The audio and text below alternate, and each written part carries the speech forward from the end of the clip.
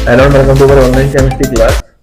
यहाँ हम objective chemistry की एक नई वीडियो सीरीज शुरू कर रहे हैं, जिसके अंतर्गत हम मेटल और नॉन मेटल के ऑब्जेक्टिव टाइप क्वेश्चंस की स्टडी करेंगे। ये ऑब्जेक्टिव टाइप क्वेश्चंस आपको कॉम्पिटिटिव एग्जाम और बोर्ड एग्जाम में हेल्प करेंगे। बोर्ड एग्जाम के आए हुए क्वेश्चंस को यहाँ पर हम डिस्कस करेंगे, और जो हमारे कॉम्पिटिटिव एग्जाम होते हैं जैसे कि जेई है, नीट है, पॉलिटेक्निक एग्जाम है, उसको हम यहाँ पर लेकर के चलेंगे। और हम बहुत बेसिक से स्टार्ट कर रहे हैं। ये जो सीरीज होगी वो बहुत सारे वीडियो लेक्चर्स की होगी। जो हमारा फर्स्ट वीडियो लेक्चर है, इसको हम चैप्टर के हिसाब से लेकर के चलेंगे। जैसे कि चैप्टर होता है, उसमें मेटल के बारे में क्लासिकल थ्योरी, फिर इलेक्ट्रॉनिक थ्योरी के बारे में बताया गया है, उनका फिर यूज बताया गया है, और उसके बाद वो किस प्रकार से डिस्कवर किए जाते हैं और किस प्रकार से मेटल्स और नॉन मेटल आपस में बॉन्ड बनाते हैं। यहाँ पर हम सब डिस्कस करेंगे। हमारी जो objective type chemistry video series की खास बात है वह ये है कि हम ऑब्जेक्टिव टाइप क्वेश्चन के सही आंसर को तो जानेंगे ही कि ये क्यों है, और साथ में हम जो अन्य 3 विकल्प दिए जाएंगे उनको भी हम यहाँ पर डिस्कस करेंगे कि ये सही आंसर क्यों नहीं हो सकते हैं। इन ऑब्जेक्टिव टाइप वीडियो लेक्चर्स को देखने से पहले एक बार आप मेटल नॉन मेटल के ऊपर बने हुए हमारे थ्योरेटिकल वीडियो लेक्चर जरूर देख लीजिएगा। उसका लिंक मैं नीचे डिस्क्रिप्शन बॉक्स में प्रोवाइड करा दूंगा। अगर आपको कोई कठिनाई या परेशानी होती है तो आप उसको कमेंट बॉक्स में या फिर व्हाट्सएप ग्रुप जो नीचे फ्लैश हो रहा है इस पर भी डिस्कस कर सकते हैं। आपकी पूरी हेल्प की जाएगी। आप इन वीडियो लेक्चर को शेयर कीजिएगा ताकि एक कॉम्पिटिटिव माहौल आपके फ्रेंड सर्कल के बीच में उत्पन्न हो सके। ये जो कॉम्पिटिटिव एटमॉस्फेयर होता है यही हमारे लिए हेल्पफुल होता है, और बेसिक नॉलेज हम इस वीडियो लेक्चर के द्वारा दे ही रहे हैं। तो आइए शुरुआत करते हैं मेटल नॉन मेटल के ऑब्जेक्टिव टाइप क्वेश्चंस की, जो आपको बोर्ड एग्जाम और कॉम्पिटिटिव एग्जाम में हेल्प कराएंगे। आइए फर्स्ट ऑब्जेक्टिव टाइप क्वेश्चन की ओर बढ़ते हैं। सामने ग्रीन बोर्ड पर आप इसको लिखा हुआ देख सकते हैं। वह तत्व जिसका ऑक्साइड फिनोल्फिनील विलयन को गुलाबी कर देता है, पिंक कर देता है, वह तत्व बताने हैं। 4 ऑप्शन दे रखे हैं। पहले ऑप्शन में सोडियम पोटेशियम, दूसरे ऑप्शन में पोटेशियम और कार्बन, तीसरे ऑप्शन में नाइट सोडियम और सल्फर, चौथे ऑप्शन में पोटेशियम और फास्फोरस। आपको इस क्वेश्चन को करने से पहले फिनोल्फिनील के बारे में जानकारी होनी चाहिए। फिनोल्फिनील एक सूचक होता है, इंडिकेटर, जो कि अम्ल और क्षार की सूचना देता है। अपने कलर को चेंज करके ये अम्ल और क्षार की सूचना देता है। वैसे तो ये कलरलेस होता है। अम्लीय विलयन में ये रंगहीन या कलरलेस रहता है, जबकि क्षारीय विलयन में ये गुलाबी या पिंक कलर का हो जाता है। तो वह तत्व जो कि क्षारीय नेचर के होते हैं, बेसिक नेचर के होते हैं, क्षारीय प्रवृत्ति के होते हैं, या जिनके ऑक्साइड क्षारीय प्रवृत्ति के होते हैं, या जो जल में घुल करके प्रबल क्षार बनाते हैं, वही इसके सही आंसर होंगे। अगर हम पीरियोडिक टेबल की बात करें, देखिए अब हम दूसरे कॉन्सेप्ट की ओर बढ़ रहे हैं। अगर हम पीरियोडिक टेबल की बात करते हैं तो पीरियोडिक टेबल में जो लेफ्ट हैंड साइड है यानी कि एस ब्लॉक है, उसमें जो तत्व रखे हुए हैं वह क्षारीय प्रवृत्ति के होते हैं। उनके ऑक्साइड भी क्षारीय प्रवृत्ति के होते हैं। वह जल में घुल करके प्रबल क्षार बनाते हैं। जबकि राइट हैंड साइड में जो तत्व रखे हुए हैं पी ब्लॉक के अंतर्गत, जिसके अंतर्गत 15, 16 और 17 एलिमेंट्स, जिसके अंतर्गत 15, 16 और 17 ग्रुप एलिमेंट्स आते हैं, वह अम्लीय प्रवृत्ति के होते हैं। तो यहाँ पे सोडियम और पोटेशियम ये एस ब्लॉक के एलिमेंट हैं। पोटेशियम और कार्बन, अभी कार्बन तो पी ब्लॉक एलिमेंट हो गया, ये ऑप्शन तो इसका सही नहीं है। यदि हम सोडियम और सल्फर की बात करें तो सोडियम हो गया एस ब्लॉक का, जो कि लेफ्ट हैंड साइड में रखा हुआ है। सल्फर हो गया 16 ग्रुप एलिमेंट, जो कि पी ब्लॉक में रखा हुआ है। ये भी इसका सही आंसर नहीं होगा। इसी प्रकार से हम पोटेशियम और फास्फोरस के बारे में कह सकते हैं। तो इसका सही आंसर होगा सोडियम और पोटेशियम, क्योंकि जब हम इनको जल में घोल देते हैं तो ये प्रबल क्षार बनाते हैं और हाइड्रोजन गैस निकाल देते हैं। इसी प्रकार से हम ए के बारे में भी कह सकते हैं। सोडियम और पोटेशियम एक ही समूह के तत्व हैं। तो जब सोडियम क्षारीय प्रवृत्ति का होगा तो पोटेशियम भी क्षारीय प्रवृत्ति का होगा। जल में घुल करके ये प्रबल क्षार बनाएंगे। ये इनके जो ऑक्साइड होते हैं Na2O, K2O, ये भी क्षारीय प्रवृत्ति के होते हैं। जल में घुल करके ये प्रबल क्षार बनाते हैं। इस प्रकार से आपको यहाँ पर समझ में आ गया होगा। तो फिर से मैं रिपीट कर देता हूँ, एक अच्छा सवाल है क्योंकि दो कॉन्सेप्ट आपके कब क्लियर होंगे तब इस सवाल को आप कर पाएंगे। एक तो आपको सूचक के बारे में जानकारी होनी चाहिए और दूसरी जानकारी आपको पीरियोडिक टेबल में रखे हुए तत्वों के बारे में होनी चाहिए कि लेफ्ट हैंड साइड में रखे हुए तत्व जो होते हैं वो क्षारीय प्रवृत्ति के होते हैं और राइट हैंड साइड में रखे हुए तत्व अम्लीय प्रवृत्ति के होते हैं। आइए सेकंड क्वेश्चन की ओर बढ़ते हैं। बहुत ही इजी क्वेश्चन है, अगर आपने थ्योरेटिकल वीडियो नोट्स देख लिए होंगे तो आपको ये क्वेश्चन इजीली सॉल्व हो जाएगा। ये कह रही है कि आघात वर्धनीयता और तन्यता, अंग्रेजी में इसको मैलेबल और डक्टाइल कहते हैं, किनका गुण है। आघात वर्धनीयता का मतलब होता है वह पदार्थ जो पीटने पर फैल जाते हैं, जिनकी शीट्स बनाई जा सकती है, जिनकी चादर बनाई जा सकती है। और तन्यता का मतलब होता है जिनके की तार बनाए जा सकते हैं। वह किनका गुण होता है, तो चार ऑप्शन यहाँ पे दे रखे हैं, धातु, अधातु, उपधातु और विलयन। अगर अंग्रेजी में बात करें मेटल, नॉन मेटल, मेटोलाइट्स और सोल्यूशन। तो बहुत ही सिंपल सा क्वेश्चन, उसका आंसर है जो धातु होते हैं उनमें आघात वर्धनीयता और तन्यता का गुण पाया जाता है, तो इसका सही ऑप्शन होगा ए। आइए नेक्स्ट क्वेश्चन की ओर बढ़ते हैं। एक अच्छा सवाल है, निम्नलिखित में से कौन सा ऑक्साइड उदासीन नहीं है।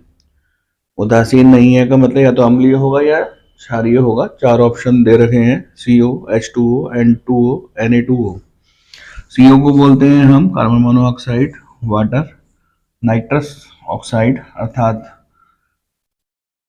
लाफिंग गैस इसको बोलते हैं। उसका इस्तेमाल हम दंत चिकित्सा में निश्चेतक के रूप में करते हैं। और Na2O, तो मैंने आपको फर्स्ट क्वेश्चन में ही समझा दिया था कि पीरियोडिक टेबल में लेफ्ट हैंड साइड में अर्थात एस ब्लॉक में रखे हुए तत्व और उनके ऑक्साइड क्षारीय प्रवृत्ति के होते हैं, वह उदासीन नहीं होते हैं। तो इसका सही आंसर होगा Na2O, क्योंकि ये तो क्षारीय प्रवृत्ति का कंपाउंड है। देखिए यहाँ पर हम ऑब्जेक्टिव टाइप क्वेश्चन को डिस्कस कर रहे हैं और जो हमारा चैप्टर है वह है मेटल और नॉन मेटल। इससे संबंधित ही हमारा फर्स्ट वीडियो लेक्चर है। आगे को बहुत सारे वीडियो लेक्चर्स इससे संबंधित आप देखेंगे। जैसे जैसे हम क्वेश्चन सेलेक्ट करते जाएंगे वैसे वैसे और वीडियो लेक्चर्स बनते चले जाएंगे। हमारे वीडियो लेक्चर की खास बात यह होगी कि हम सही क्वेश्चन, सही आंसर को तो डिस्कस करेंगे ही करेंगे, साथ में हम गलत आंसर को भी डिस्कस करेंगे और ये समझेंगे कि ये आंसर गलत क्यों है। तो अब तक हमने 3 क्वेश्चन कर लिए हैं, ये चौथे क्वेश्चन की ओर बढ़ते हैं। देखिए हम यहाँ पर लगातार एक ही टॉपिक को लेकर के आगे बढ़ रहे हैं, अम्लीय लक्षण और क्षारीय लक्षण। और बार बार हमको पहले क्वेश्चन और तीसरे क्वेश्चन का कॉन्सेप्ट हमें ध्यान में रखना है। उससे संबंधित ही ये न्यूमेरिकल है, उससे संबंधित ये सवाल है क्षारीय प्रवृत्ति का ऑक्साइड कौन सा होता है। तो हम जानते हैं कि पीरियोडिक टेबल में लेफ्ट हैंड साइड में रखे हुए तत्व जो होते हैं वो क्षारीय प्रवृत्ति के होते हैं। अब यहाँ पे पोटेशियम जो कि एस ब्लॉक में रखा हुआ है फर्स्ट ग्रुप में, सल्फर जो कि 16 ग्रुप एलिमेंट है, और फास्फोरस जो कि 15 ग्रुप एलिमेंट है, और Kr जो कि डी ब्लॉक एलिमेंट है। तो चूंकि यहाँ पर जो पोटेशियम है जो कि फर्स्ट ग्रुप में रखा हुआ है यही क्षारीय प्रवृत्ति का होगा।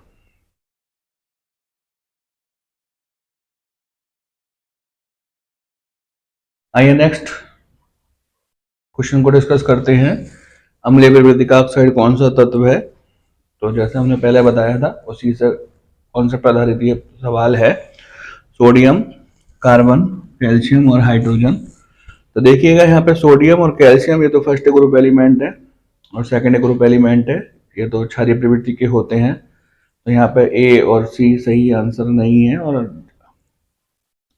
जो H होता है इसका जो ऑक्साइड है H2O ये उदासीन होता है, तो ये भी आंसर सही नहीं है।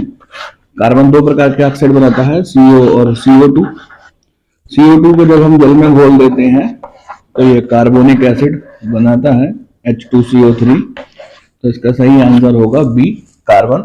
कार्बन का जो ऑक्साइड होता है वह अम्लीय प्रवृत्ति का होता है और एसिड रेन का एक मुख्य रीजन ये भी है, अम्ल वर्षा का एक मुख्य कारण ये भी है, और आगे को और डिस्कस कर लेंगे। देखिए नेक्स्ट क्वेश्चन की बात करते हैं और बीच बीच में हम आपको कॉम्पिटिटिव एग्जाम क्रॉस करने के टिप्स भी देते रहते हैं। तो यहाँ पर हमारा एक जो सजेशन है वो ध्यान से सुनिएगा। जब भी आप कॉम्पिटिटिव एग्जाम दें जो कि ऑब्जेक्टिव टाइप या मल्टीपल चॉइस क्वेश्चन पर आधारित हो, तो उसमें जो क्वेश्चन दिया है उसको ध्यान से पढ़िएगा। कभी कभी हम ध्यान से नहीं पढ़ पाते हैं और हम गलत आंसर पर टिक कर आते हैं। जैसे यहाँ पर सामने क्वेश्चन लिखा हुआ है, Ag अनुदैर्ध्य विलयन से कौन सा तत्व Ag को विस्थापित नहीं करेगा। तो नई शब्द पे जोर दीजिएगा, ध्यान दीजिएगा कौन सा तत्व यहाँ पर Ag को विस्थापित नहीं करेगा, ये हमसे पूछ रहे हैं। और जल्दबाजी में हम कभी ये नहीं ना पढ़ पाए तो हमारे आंसर जो है बिल्कुल ही चेंज हो जाते हैं। तो देखिएगा एक नई कॉन्सेप्ट यहाँ पर हमारा लागू होगा जो कि विद्युत रासायनिक श्रेणी इलेक्ट्रोकेमिकल सीरीज पर डिपेंड है। कुछ मेटल बहुत एक्टिव होते हैं और कुछ मेटल जो हैं वो कम एक्टिव होते हैं, जिनको कि हम हाइड्रोजन विस्थापन के आधार पर ध्यान देते हैं। वह जो अम्लों से हाइड्रोजन को विस्थापित कर देते हैं या बहुत तेजी से विस्थापित कर देते हैं, वो बहुत रिएक्टिव एलिमेंट्स होते हैं।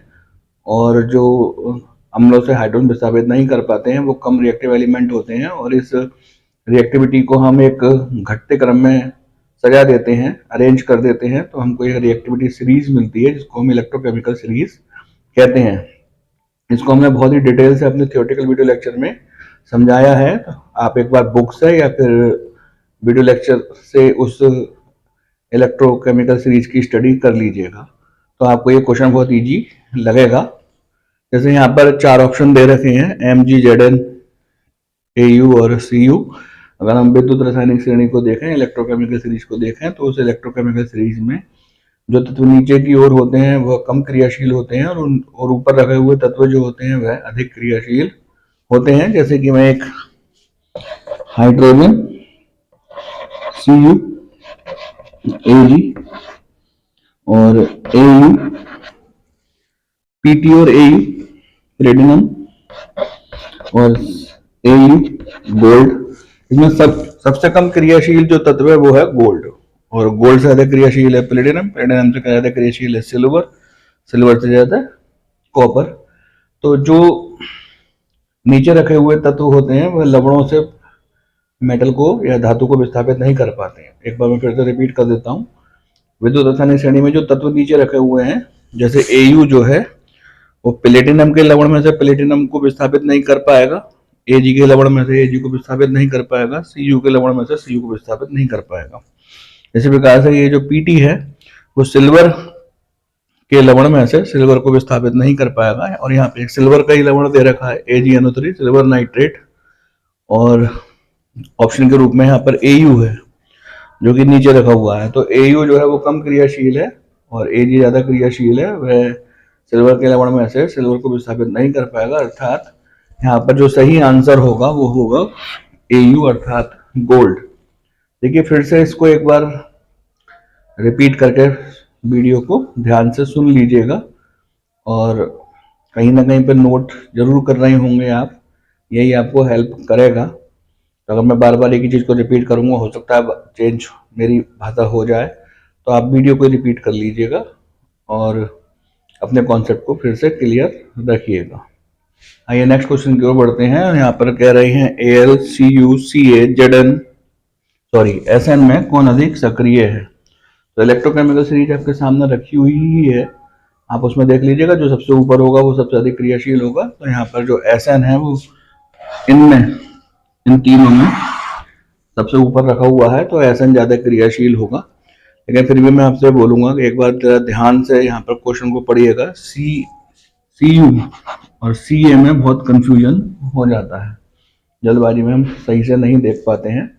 तो मैं समझता हूँ आप ये गलती नहीं करेंगे। आइए नेक्स्ट क्वेश्चन को डिस्कस करते हैं। निम्नलिखित ऑक्साइडों में से कौन सा उभयधर्मी या एम्फोटेरिक ऑक्साइड है। देखिएगा, एक उदासीन ऑक्साइड होते हैं जो ना तो अम्लीय होते हैं ना क्षारीय होते हैं, और एक होते हैं एम्फोटेरिक अर्थात उभयधर्मी। उभयधर्मी वह ऑक्साइड होते हैं जो कि अम्लीय लक्षण भी प्रदर्शित करते हैं और क्षारीय लक्षण भी प्रदर्शित करते हैं।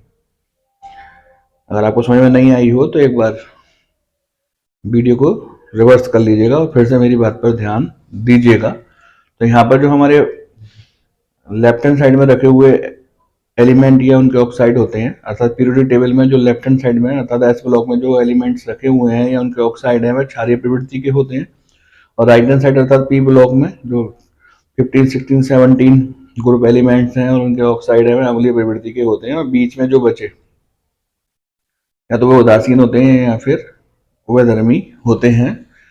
तो यहाँ पर जो सही ऑप्शन होगा वो Al2O3 होगा। ये उभयधर्मी अर्थात अम्लीय भी लक्षण प्रदर्शित करेगा और क्षारीय लक्षण भी प्रदर्शित करेगा। तो एक अच्छा सवाल है बोर्ड पॉइंट ऑफ व्यू से, board exam point of view से और competitive exam point of view से एक अच्छा सवाल है, इसको ध्यान में रख लीजिएगा और होता हो तो कहीं पे इसको नोट कर लीजिएगा। आइए नेक्स्ट क्वेश्चन की बात करते हैं। ये क्वेश्चन भी ऊपर वाले क्वेश्चन से कनेक्टेड है। इसमें कह रहे हैं निम्नलिखित धातु में से किस धातु का ऑक्साइड उभयधर्मी होता है। मैं समझता हूँ उभयधर्मी का कॉन्सेप्ट आपका क्लियर है और यहाँ पर 4 ऑप्शन दे रखे हैं NaNK, तो ये वाला ऑप्शन तो सही नहीं है क्योंकि ये तो क्षारीय प्रवृत्ति का होता है। ZnNK, तो इसमें K आ गया, K तो क्षारीय प्रवृत्ति का होता है। CaNNA, तो ये भी गलत है आंसर क्योंकि इसमें सोडियम आ गया और सोडियम जो है वो फर्स्ट ग्रुप एलिमेंट है जो कि क्षारीय प्रवृत्ति का होता है। तो डी आंसर इसका सही है। Zn और Al ये उभयधर्मी होते हैं अर्थात तो अम्लीय प्रवृत्ति भी शो करते हैं और क्षारीय प्रवृत्ति भी शो करते हैं। अंग्रेजी में बोला जाए तो एसिडिक करैक्टर और बेसिक करैक्टर दोनों ही ये प्रदर्शित करते हैं। आइए नेक्स्ट क्वेश्चन की ओर बढ़ते हैं। इसमें कह रहे हैं कौन सा धातु द्रव अवस्था में पाया जाता है। देखिए सभी के सभी धातु ठोस अवस्था में होते हैं, केवल एक ही ऐसा धातु है जो कि लिक्विड फॉर्म में होता है। कमेंट करके उसको बता दीजिएगा कि कौन सा जो धातु है वह लिक्विड फॉर्म में पाया जाता है। लेकिन यहाँ पे जो क्वेश्चन है वह अधातु के बारे में पूछ रहा है, कौन सा द्रव अवस्था में पाया जाता है। तो भौतिक गुणों के आधार पर हम जानते हैं कि जो कार्बन है ये कोयला या ग्रेफाइट ये तो ठोस अवस्था में होता है। सल्फर गंधक बोलते हैं, ये भी ठोस अवस्था में होता है। ब्रोमीन ये लिक्विड फॉर्म में होता है और आयोडीन ये भी सॉलिड फॉर्म में होता है। तो इसका सही आंसर होगा Br।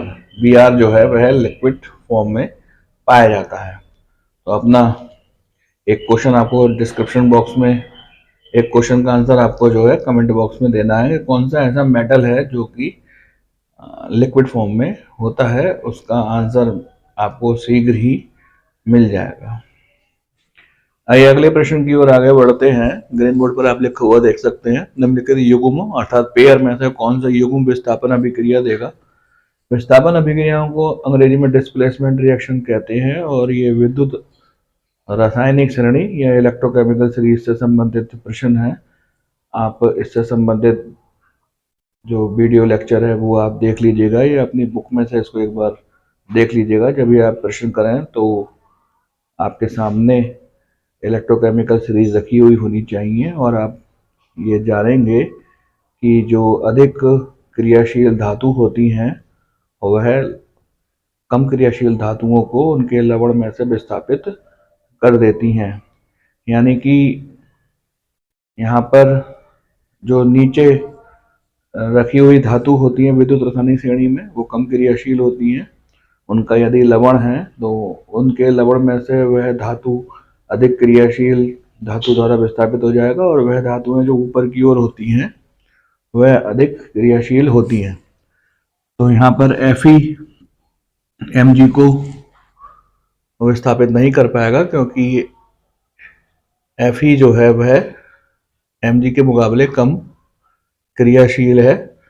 इसी प्रकार से Fe ZnSO4 में से Zn को विस्थापित नहीं कर पाएगा। तो बी ऑप्शन भी इसका सही नहीं है।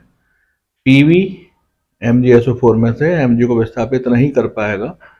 लेकिन यहाँ पे जो Fe है वो अधिक क्रियाशील है क्योंकि उसका स्थान विद्युत रासायनिक श्रेणी में ऊपर है और CuSO4 का जो Cu है वो विद्युत रासायनिक श्रेणी में नीचे की ओर है। तो Fe CuSO4 में से Cu को विस्थापित कर देगा। तो अच्छा सवाल है, अगर आपका कॉन्सेप्ट क्लियर है तो आप इसको आसानी से कर सकते हैं। आइए हम नए कॉन्सेप्ट की ओर आगे बढ़ते हैं और ये कॉन्सेप्ट बहुत ईजी है।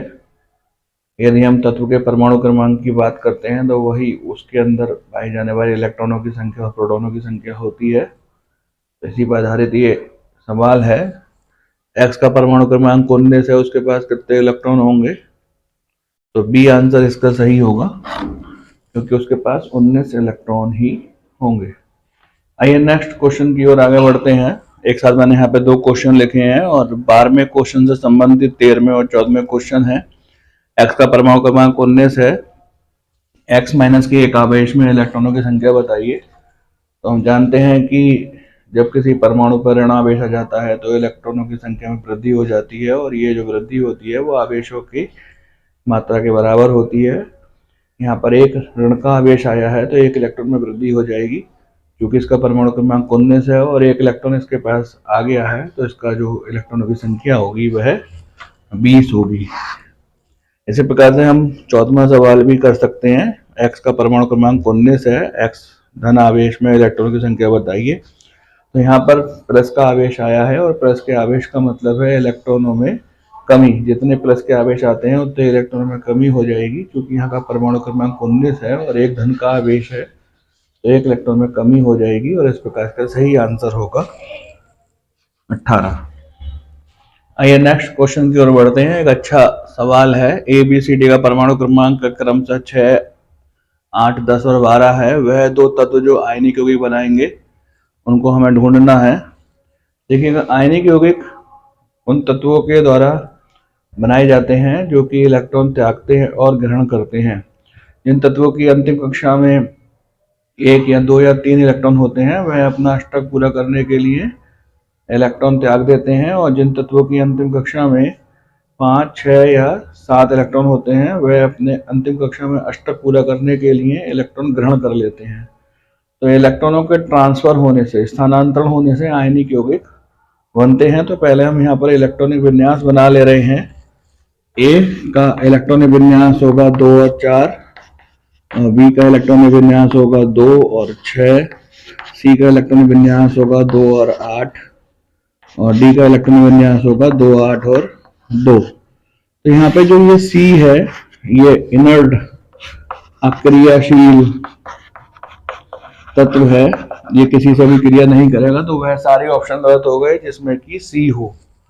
तो बी इसका आंसर नहीं हो सकता, सी इसका आंसर नहीं हो सकता, तो ए और डी इसके ऑप्शन होंगे।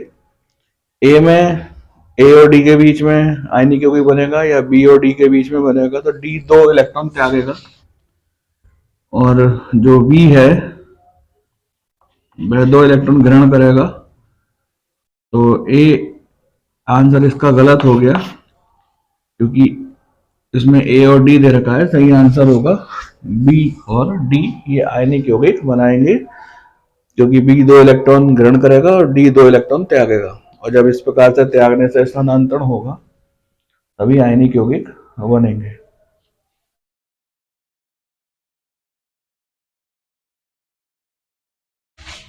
आइए नेक्स्ट क्वेश्चन की ओर बढ़ते हैं। ये क्वेश्चन 15वें क्वेश्चन से मिलता जुलता है। ए बी सी डी का परमाणु क्रमांक 6, 10, 12, 17 है। वह दो तत्व बताइए जो सहसंयोजी यौगिक बनाते हैं। तो सहसंयोजी यौगिक, इसको अंग्रेजी में कोवलेंट कंपाउंड कहते हैं। ये इलेक्ट्रॉनों के बीच साझेदारी से या फिर शेयरिंग से बनते हैं। जब एक एक इलेक्ट्रॉनों की साझेदारी होती है तो सिंगल बॉन्ड बनता है, जिसको हिंदी में हम एकल बंध कहते हैं। इसी प्रकार से 2-2 इलेक्ट्रॉनों की साझेदारी होने से द्विक बंध बनता है, डबल बॉन्ड कहते हैं इसको। और जब 3-3 इलेक्ट्रॉनों की साझेदारी होती है तो ट्रिपल बॉन्ड अर्थात त्रिक बंध बनता है। तो पहले आप इनके इलेक्ट्रॉनिक विन्यास बना लीजिए।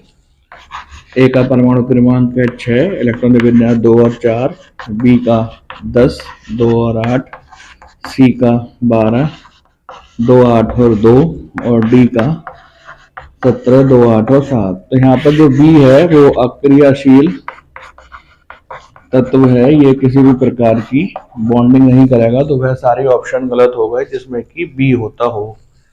तो ये वाला ऑप्शन गलत हो गया, तो एक ऑप्शन तो यहाँ पे चला गया। जबकि सी जो है वह 2 इलेक्ट्रॉनों को त्यागेगा, तो वह आयनिक बंध बनाएगा, तो वह भी गलत हो गया ऑप्शन सारे जिसमें कि सी है। तो डी ऑप्शन इसका गलत हो गया, ए ऑप्शन गलत हो गया, सी ऑप्शन इसका सही है। ए और डी के बीच में सहसंयोजी बंध बनेगी। डी के पास 7 इलेक्ट्रॉन है और ए के पास 4 इलेक्ट्रॉन है, तो इस प्रकार से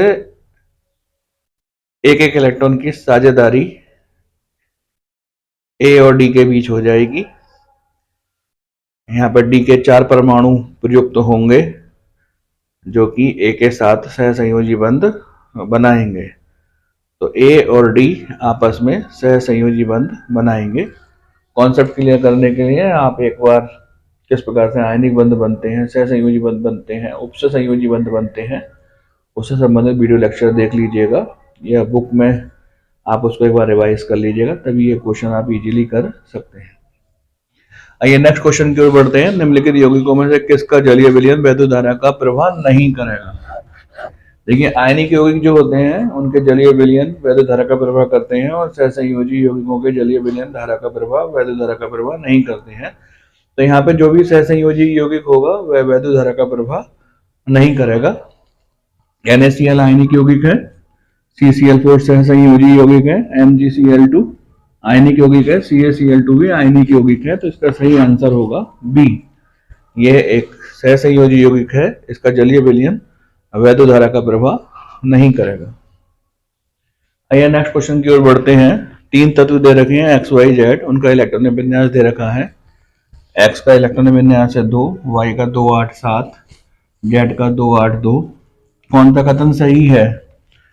धातु और अधातु के बारे में इन्होंने पूछा है। देखिए, धातु वह होते हैं जिनकी अंतिम कक्षा में 1, 2 या फिर 3 इलेक्ट्रॉन होते हैं, लेकिन ये अंतिम कक्षा पहली नहीं होनी चाहिए।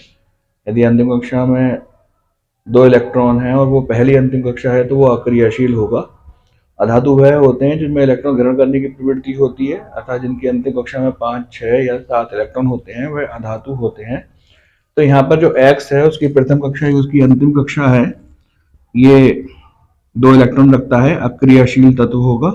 Y की अंतिम कक्षा में 7 है, ये अधातु होगा। Z की अंतिम कक्षा में 2 है, तो ये धातु होगा। तो इसका सही ऑप्शन है डी। Y अधातु है और Z धातु है। बाकी सारे ऑप्शन आप खुद ही टैली कर सकते हैं और मैंने आपको एक बार यहाँ पर रिवाइज भी करा दी है। सामने हमने 2 क्वेश्चन लिखे हैं, एक एक करके उनको डिस्कस करते हैं। निम्नलिखित युग्म आयनिक यौगिकों द्वारा प्रदर्शित नहीं किया जाता। नीचे कुछ स्टेटमेंट लिखे हैं और पूछ रहा है कौन सा स्टेटमेंट सही नहीं है। तो आयनिक यौगिक इलेक्ट्रॉनों के स्थानांतरण से बनते हैं। पहला ऑप्शन कह रहा है जल में घुलनशील होते हैं, तो ये सही बात है, ये जल में घुलनशील होते हैं। ठोस अवस्था में धारा के सुचालक होते हैं, तो ये ऑप्शन तो गलत है। आयनिक यौगिक ठोस अवस्था में धारा का प्रवाह नहीं करते हैं, तो इसका जो सही आंसर हो गया वह बी हो गया। अन्य ऑप्शन भी एक बार चेक कर लेते हैं। इनका मेल्टिंग पॉइंट बॉइलिंग पॉइंट उच्च होता है, तो ये भी सही है। क्योंकि आयनिक यौगिक विपरीत आयनों से बनते हैं, पॉजिटिव नेगेटिव से, उनके बीच में प्रबल आकर्षण होता है, इसलिए इनके मेल्टिंग पॉइंट क्वथनांक और बॉइलिंग पॉइंट गलनांक अधिक होते हैं। गलित अवस्था में धारा के सुचालक होते हैं, तो सही बात है, गलित अवस्था में ये आयनित हो जाते हैं और धारा का प्रवाह करने लगते हैं, तो इसका सही ऑप्शन है बी। 20वां सवाल कह रहे हैं अक्रियशील तत्वों के बाहरी कोश में कितने इलेक्ट्रॉन होते हैं? देखिएगा, आवर्त सारणी के लेफ्ट हैंड साइड में नहीं, राइट हैंड साइड में पी ब्लॉक के अंदर 0 ग्रुप एलिमेंट रखे हुए हैं। वहां पर helium, neon, argon, krypton, xenon और रेडोन ये रखे हुए हैं। इनका परमाणु क्रमांक 2, नियोन का 10, 18, 36, 54, 86 इस तरीके से होता है। अगर हम इनका इलेक्ट्रॉनिक विन्यास बनाएं तो 2, 2, 8, 2, 8 और 8, 2, 8, 18 और 8, इसी प्रकार से अन्य तत्वों के इलेक्ट्रॉनिक विन्यास आप बना सकते हैं। तो ऑप्शन में बोल रहे हैं कि केवल 8 इलेक्ट्रॉन होते हैं, तो ये तो सही नहीं है, क्योंकि हीलियम के अंतिम कक्षा में 2 इलेक्ट्रॉन होते हैं, 2 होते हैं केवल, तो ये भी ऑप्शन सही नहीं है, क्योंकि नियोन, आर्गन, क्रिप्टन, जीनोन और रेडोन इनकी अंतिम कक्षा में 8 इलेक्ट्रॉन होते हैं, तो इसका सही ऑप्शन होगा सी। 8 इलेक्ट्रॉन भी हो सकते हैं और 2 इलेक्ट्रॉन भी हो सकते हैं। जब प्रथम कक्षा अंतिम कक्षा होती है तो 2 इलेक्ट्रॉन होना अक्रियशील तत्वों का लक्षण होता है, क्योंकि वो है हीलियम हो सकता है। आइए 2 नेक्स्ट क्वेश्चन को समझते हैं। इनसे संबंधित क्वेश्चन हम पहले भी डिस्कस कर चुके हैं, इसका आंसर आपको बताना है और कमेंट बॉक्स में आपको लिखना है। एक तत्व X का परमाणु क्रमांक 16 है, तो इलेक्ट्रॉनिक विन्यास बना लीजिएगा 2, 8 और 6। ये कैसा आयन बनाएगा? तो ध्यान दीजिएगा, इसकी अंतिम कक्षा में 6 इलेक्ट्रॉन है और ये अपना स्टेप पूरा करने के लिए 2 इलेक्ट्रॉन ग्रहण करेगा, और जब 2 इलेक्ट्रॉन ये ग्रहण करेगा तो कैसा आवेश आएगा और कौन सा ऑप्शन सही होगा, आप कमेंट बॉक्स में इसको बता दीजिएगा। अगला कह रहे हैं वाई के नाभिक में 5 प्रोटॉन है, तो इसका परमाणु क्रमांक भी 5 हो गया। इलेक्ट्रॉन डिफिनेंस बना लीजिएगा 2 और 3। वाई का आयन पहचानिए। देखिए इसकी अंतिम कक्षा में 3 इलेक्ट्रॉन है। अष्टक पूरा करने के लिए ये 3 इलेक्ट्रॉनों को त्याग देगा। जब त्याग देगा तो आप जानते हैं कि धन का आवेश आएगा। अब 3 इलेक्ट्रॉन का त्याग रहा है, तो फिर कौन सा ऑप्शन इसका सही हो सकता है, कमेंट बॉक्स में आप उसको लिख करके बताइए। आइए बोर्ड पर लिखे हुए 3 क्वेश्चन को डिस्कस करते हैं। 23वें क्वेश्चन में कहते हैं KCl, HCl, CCl4, NaCl में से कौन सा यौगिक आयनिक होगा। तो देखिए आयनिक यौगिक वह होते हैं जिनमें की ट्रांसफर ऑफ इलेक्ट्रॉन के द्वारा बॉन्ड बनती है। तो यहाँ पर जो NaCl है, KCl है, वह तो आयनिक प्रवृत्ति के होंगे ही होंगे। बात रही HCl और CCl4 की, तो ये दोनों सहसंयोजी प्रवृत्ति के होते हैं, लेकिन इसमें से जो HCl है उसमें आयनिक नेचर या आयनिक गुण उत्पन्न हो जाता है, क्योंकि Cl की इलेक्ट्रोनेगेटिविटी ज्यादा है और H की इलेक्ट्रोनेगेटिविटी कम होने के कारण Cl इलेक्ट्रॉनों को अपनी ओर आकर्षित कर लेता है और आयनिक लक्षण HCl में उत्पन्न हो जाता है। तो इसका सही ऑप्शन हो गया CCl4। तो मैंने यहाँ पर जो समझाने का प्रयास किया वो आपको HCl अणु को समझाने का प्रयास किया कि सहसंयोजी होते हुए भी उसमें आयनिक लक्षण उत्पन्न हो जाते हैं। 24वें सवाल में कह रहे हैं निम्नलिखित में से कौन सा यौगिक आयनिक नहीं है। Lithium chloride LiCl, aluminium chloride AlCl3, calcium chloride CaCl2, carbon tetrachloride. तो आपको मालूम है जब ऊपर वाला क्वेश्चन में CCl4 सहसंयोजी यौगिक है, तो यहाँ पर भी डी वाले में 24 के सवाल में डी वाले में CCl4 सहसंयोजी यौगिक ही होगा, क्योंकि इसको हिंदी में कार्बन टेट्राक्लोराइड बोलते हैं। 25वें सवाल में कह रहा है X और Y से अभिक्रिया करके Z बनता है। रिएक्शन के समय X 1 इलेक्ट्रॉन त्यागता है, Y 1 इलेक्ट्रॉन ग्रहण करता है, तो निश्चित ही इनके बीच में आयनिक बंध होगा। और जब आयनिक बंध पाया जाता है तो ऐसे यौगिकों को हम आयनिक यौगिक कहते हैं। ये ठोस अवस्था में होते हैं, गलित और घुलित अवस्था में धारा के सुचालक होते हैं, इनका गलनांक बहुत अधिक होता है। तो कौन सा ऑप्शन इसमें सही नहीं है ये पूछ रहा है, तो निम्न गलनांक अर्थात इनका गलनांक कम होगा, ये ऑप्शन इसका सही नहीं है। तो जब आप आयनिक यौगिकों के गुणों और सहसंयोजी यौगिकों के गुणों को बुक में पढ़ेंगे या फिर वीडियो नोट्स में देखेंगे, तो वहां पर ये सब बातें आपको स्वतः ही क्लियर हो जाएंगी। आइए ग्रीन बोर्ड पर लिखे हुए कुछ अन्य क्वेश्चंस की स्टडी करते हैं। क्वेश्चन नंबर 26, मोबाइल फोन में प्रयुक्त बैटरी कौन सी होती है। आप सभी लोग जानते हैं कि मोबाइल फोन की बैटरी चार्जेबल होती है। ऐसी बैटरी को हम द्वितीयक सेल या सेकेंडरी सेल कहते हैं, अर्थात जिनमें 2 प्रकार की रिएक्शंस होती हैं, एक चार्जिंग की और एक डिस्चार्जिंग की। तो यहाँ पे 4 ऑप्शन दे रखे हैं। Lead ion battery. Lead ion battery आमतौर से हम ट्रैक्टर में या घर में जो इन्वर्टर की बैटरी होती है उसको कहते हैं, तो ये आंसर तो इसका सही नहीं है। Sodium ion battery, hydrogen ion battery, lithium ion battery. तो लिथियम आयन बैटरी इसका सही आंसर है। मोबाइल फोन की जो बैटरी होती है उसको हम लिथियम कैडमियम सेल बोलते हैं। क्वेश्चन नंबर 27 में कह रहे हैं वह नोबेल गैस या क्रियाशील गैस जिनकी वैलेंसी सेल अर्थात अंतिम कक्षा में अंतिम कोश में 2 इलेक्ट्रॉन होते हैं। तो इससे पहले ही हमने नोबेल गैसेस के इलेक्ट्रॉनिक कॉन्फ़िगरेशन बनाए हैं और वहाँ पर जो हीलियम है उसकी अंतिम कक्षा में 2 इलेक्ट्रॉन होते हैं। बाकी सभी जो नोबेल गैस होती हैं उनकी अंतिम कक्षा में 8 इलेक्ट्रॉन होते हैं। तो आप समझ गए होंगे कि इसका सही आंसर है हीलियम।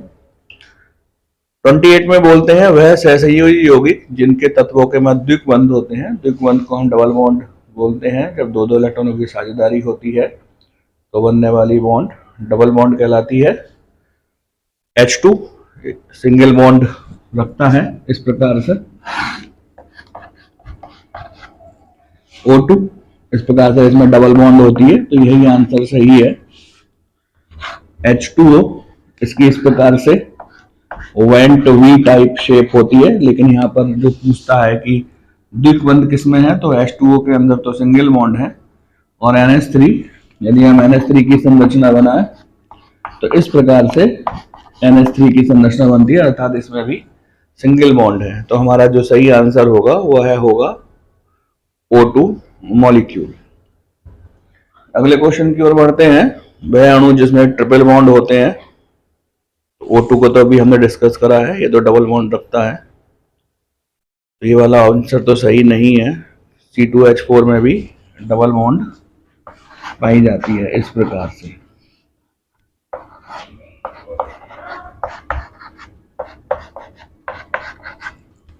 CO2 ये भी सही आंसर नहीं है, इसमें भी डबल बॉन्ड होती है। NH3 में अभी सिंगल बॉन्ड आपको समझाई है। CH4 सिंगल बॉन्ड होती है इसमें, और C2H6 इसमें भी सिंगल बॉन्ड होती है। N2 और C2H2। N2 का जो स्ट्रक्चर होता है वो है इस प्रकार से होता है, जो कि त्रिकबंध रखता है। और C2H2 इसको हम एसिटिलीन बोलते हैं, कार्बन कार्बन के बीच में त्रिकबंध है। तो इसका जो सही आंसर है वह है डी ऑप्शन। आइए नेक्स्ट क्वेश्चन को डिस्कस करते हैं। क्वेश्चन नंबर 30 में निम्नलिखित में से कौन सा Fe का अयस्क है। देखिएगा, अयस्क वह होते हैं जिनसे ये धातु प्राप्त करने में हमको औद्योगिक लाभ होता है। यहाँ पर कुछ अयस्कों के नाम दे रखे हैं: सिनेबार, कैलेमाइन, हेमेटाइट और रॉक साल्ट। सिनेबार पारे का अयस्क है, कैलेमाइन जिंक का अयस्क है, हेमेटाइट आयरन का अयस्क है और रॉक साल्ट सोडियम का अयस्क है। तो इसका सही आंसर सी होगा। अगले क्वेश्चन में कह रहे हैं वह धातु जो कि संक्षारण के लिए प्रतिरोधी होती है। चार ऑप्शन दे रखे हैं: FeCu, Al और Mg। देखिएगा, यहाँ पर जो सही आंसर है वह Al है। यद्यपि Al में भी संक्षारण होता है। संक्षारण का मतलब होता है वायु में उपस्थित नमी और ऑक्सीजन से क्रिया करके धातुओं का ऑक्साइड बना लेना। लेकिन एल्युमिनियम में एक गुण ये होता है कि जो इसका कोरोटिव सब्सटेंस बनता है Al2O3, अर्थात ऑक्सीजन से क्रिया करके जो यौगिक बनता है Al2O3, वह निष्क्रिय होता है। तो आगे संक्षारण से वह प्रतिरोधी या उसका संक्षारण नहीं होता। एक अच्छा सवाल है, इसका सही आंसर Al होगा। बाकी FeCu और Mg इन सब में संक्षारण होता है और ये लगातार होता रहता है, जिससे कि ये धातुएं कमजोर होकर के नष्ट हो जाती हैं। लेकिन एल्युमिनियम एक ऐसा मेटल है जिसका कोरोड सब्सटेंस, अर्थात ऑक्सीजन और एल्युमिनियम की क्रिया के पश्चात जो यौगिक बनता है, इसको हम कोरोड सब्सटेंस बोलते हैं, संक्षारित पदार्थ बोलते हैं। Al2O3 वह निष्क्रिय होता है और Al को आगे संक्षारित होने से रोक लेता है। स्टील बनाने में Fe के साथ कौन सी धातु मिलाते हैं। चार ऑप्शन दे रखे हैं। देखिएगा, केवल Fe का यदि हम इस्तेमाल करते हैं तो उसमें रस्टिंग हो जाती है, जंग लग जाती है और वह कमजोर हो जाती है। रस्टिंग को रोकने के लिए, जंग लगने को रोकने के लिए हम Fe के साथ क्रोमियम और निकल मिलाते हैं, जिससे कि लोहे में जंग नहीं लगती। और इस प्रकार से FeCr यानी क्रोमियम निकल का मिश्रण स्टील कहलाता है। इसको आमतौर से स्टेनलेस स्टील बोलते हैं। हमारे आपके घर में जो बर्तन होते हैं वह स्टील के बनते हैं। और भवन निर्माण करने में जो हम लोहा इस्तेमाल करते हैं वह भी हम स्टील का प्रयोग करते हैं, ताकि उसमें जंग ना लगे। नेक्स्ट क्वेश्चन है, निम्नलिखित में से कौन सी धातु युग्म मुक्त अवस्था में पाई जाती है। देखिए, वह धातु जो कि निष्क्रिय होती है वह ही केवल मुक्त अवस्था में पाई जाती है, और इनको हम रिएक्टिविटी सीरीज से पता लगा सकते हैं। जो मेटल्स रिएक्टिविटी सीरीज में सबसे नीचे रखी हुई हैं वह निष्क्रिय होती हैं। तो वहां पर Ag और Au अर्थात चांदी, जिसको सिल्वर बोलते हैं, Au जिसे सोना या गोल्ड बोलते हैं, वह लगभग निष्क्रिय होती हैं। तो इसका जो सही आंसर होगा वह होगा Au और Ag। Au और Ag अर्थात गोल्ड और सिल्वर। तो सिंपल से क्वेश्चन थे, बहुत आसान से क्वेश्चन थे। ये आपको किसी भी कॉम्पिटिटिव एग्जाम में मिल जाएंगे, चाहे वो आपका जनरल नॉलेज का पेपर हो या जनरल साइंस का पेपर हो, यहाँ पर ये सब काम आएंगे। तो यहाँ पर जो उद्देश्य है उसी उद्देश्य की हम पूर्ति कर रहे हैं। सही आंसर को तो हम डिस्कस कर ही रहे हैं, साथ में हम गलत आंसर को भी डिस्कस कर रहे हैं कि बाकी तीन ऑप्शन गलत हैं तो वह क्यों है, और यही सबसे ज़्यादा जरूरी है। और यही हमारे वीडियो की खास बात है कि हम सही आंसर को डिस्कस करेंगे ही करेंगे, साथ में गलत आंसर को भी डिस्कस करेंगे। तो इससे आपको डबल बेनिफिट है। दो तरफ से इसको फायदा मिलेगा, सही आंसर पता चल जाएगा और गलत आंसर क्यों गलत है ये भी पता चल जाएगा, और वो भी कहीं ना कहीं आपको जरूर हेल्पफुल होगा। आइए अगले क्वेश्चन की ओर बढ़ते हैं। रेलवे लाइन की वेल्डिंग हेतु कौन सा अभिकारक का मिश्रण प्रयुक्त करते हैं? तो ये एक अच्छा सवाल है। इसको हम थर्मो वेल्डिंग बोलते हैं और इसके लिए हम Fe2O3 और एल्युमिनियम का मिश्रण प्रयुक्त करते हैं। नेक्स्ट है, कौन सी मिश्र धातु का एक महत्वपूर्ण तत्व धातु है? क्वेश्चन को समझिएगा। देखिए, मिश्र धातु वह होती हैं जो दो या दो से अधिक धातुओं से मिलकर के बनी होती हैं, लेकिन कुछ ऐसी भी मिश्र धातु होती हैं जिनमें कि हम धातु का इस्तेमाल करते हैं, जिसमें कि एक स्टेनलेस स्टील है। स्टील के अंदर FeCr और Ni ये तीन धातुएं होती हैं और एक कार्बन अधातु होती है। तो इसका जो सही आंसर होगा वह है स्टील होगा। और इसके अंदर मैं फिर से आपको रिपीट कर देता हूँ,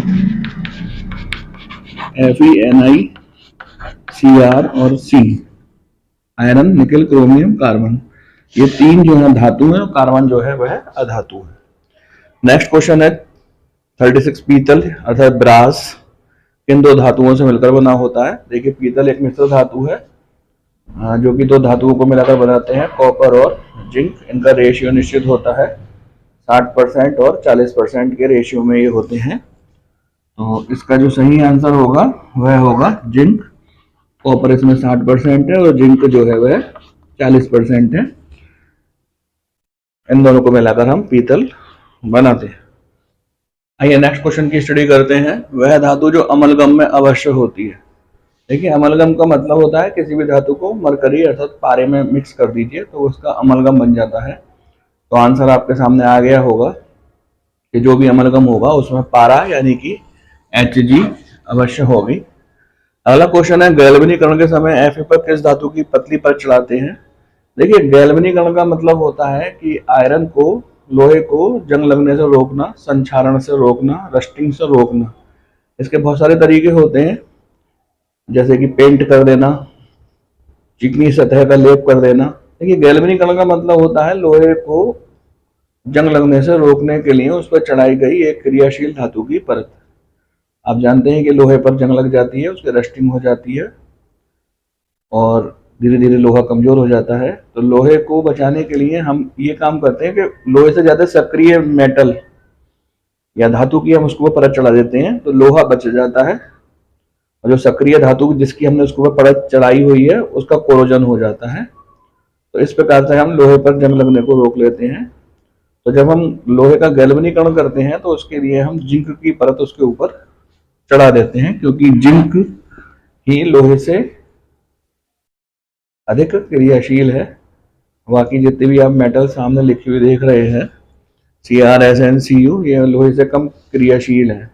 मैं वो फिर से रिपीट कर देता हूँ, गैल्वेनीकरण का अर्थ होता है कि धातु के ऊपर उस धातु से अधिक सक्रिय धातु की परत चढ़ा देना, इसको हम गैल्वेनीकरण या गैल्वेनाइजेशन कहते हैं। देखिए, ग्रीन बोर्ड पर लिखे हुए दो क्वेश्चन आपकी नॉलेज को जांचने के लिए हैं। इनका आंसर आप ढूंढिएगा और उसको कमेंट बॉक्स में लिखिएगा।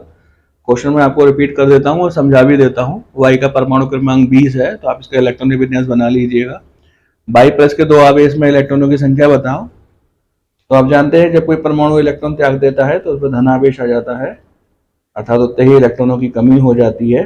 तो चूंकि यहाँ पे वाई के ऊपर प्लस के दो धन आवेश हैं तो इलेक्ट्रॉनों की कितनी कमी हो जाएगी? 2 की। और सही आंसर आप कमेंट बॉक्स में लिख दीजिएगा। क्वेश्चन नंबर 40, एक्स का परमाणु क्रमांक 16 है, एक्स द्वारा बनाया जाने वाला आयन क्या होगा? 4 ऑप्शन दे रखे हैं। परमाणु क्रमांक से इलेक्ट्रॉनिक विन्यास बना लीजिएगा और फिर देखिएगा कि अष्टक पूरा करने के लिए क्या करेगा ये। अगर इलेक्ट्रॉन त्यागता है तो धनावेश आएगा और अगर इलेक्ट्रॉन ग्रहण करता है तो ऋणावेश आएगा। जो काम इसको इजी लगेगा वह ये करेगा, अर्थात अष्टक बनाने में जो काम इसको सरल लगेगा वह ये काम करेगा। तो इन दोनों के आंसर कमेंट बॉक्स में तेजी से लिखिएगा। तो इस प्रकार ये वीडियो लेक्चर यहाँ पर फिनिश होता है। इस वीडियो लेक्चर में हमने मेटल नॉन मेटल से संबंधित 40 ऑब्जेक्टिव टाइप क्वेश्चन को डिस्कस किया। हमने सही आंसर तो जाने ही, साथ में गलत आंसर गलत क्यों है ये भी जाने। जैसे कि मैंने आपको पहले भी बताया कि ये जो सीरीज होगी वो अनलिमिटेड होगी। जैसे जैसे नए नए क्वेश्चन आते जाएंगे वैसे वैसे ये सीरीज बढ़ती चली जाएगी। जब आप इस प्रकार से ऑब्जेक्टिव क्वेश्चंस की सीरीज देखें और उस चैप्टर से संबंधित थ्योरेटिकल नॉलेज आप जरूर प्राप्त कर लें। जैसे कि इस वीडियो लेक्चर से संबंधित थ्योरेटिकल नॉलेज के लिए आप हमारी प्ले लिस्ट में जाकर मेटल नॉन मेटल से संबंधित थ्योरेटिकल वीडियो देख सकते हैं, अपनी नॉलेज को चेक कर सकते हैं, बुक की हेल्प ले सकते हैं। यदि कोई कठिनाई या परेशानी आती है तो कमेंट बॉक्स में या जो नीचे नंबर ये फ्लैश हो रहा है व्हाट्सएप ग्रुप का, उस पर आप उसको पूछ सकते हैं। इस वीडियो लेक्चर को आप अपने मित्रों के साथ शेयर कीजिएगा, जिससे कि एक कॉम्पिटिटिव माहौल उत्पन्न हो सके, यही आपको हेल्प करेगा। तो अब हम अपने next objective type video lecture में मिलेंगे।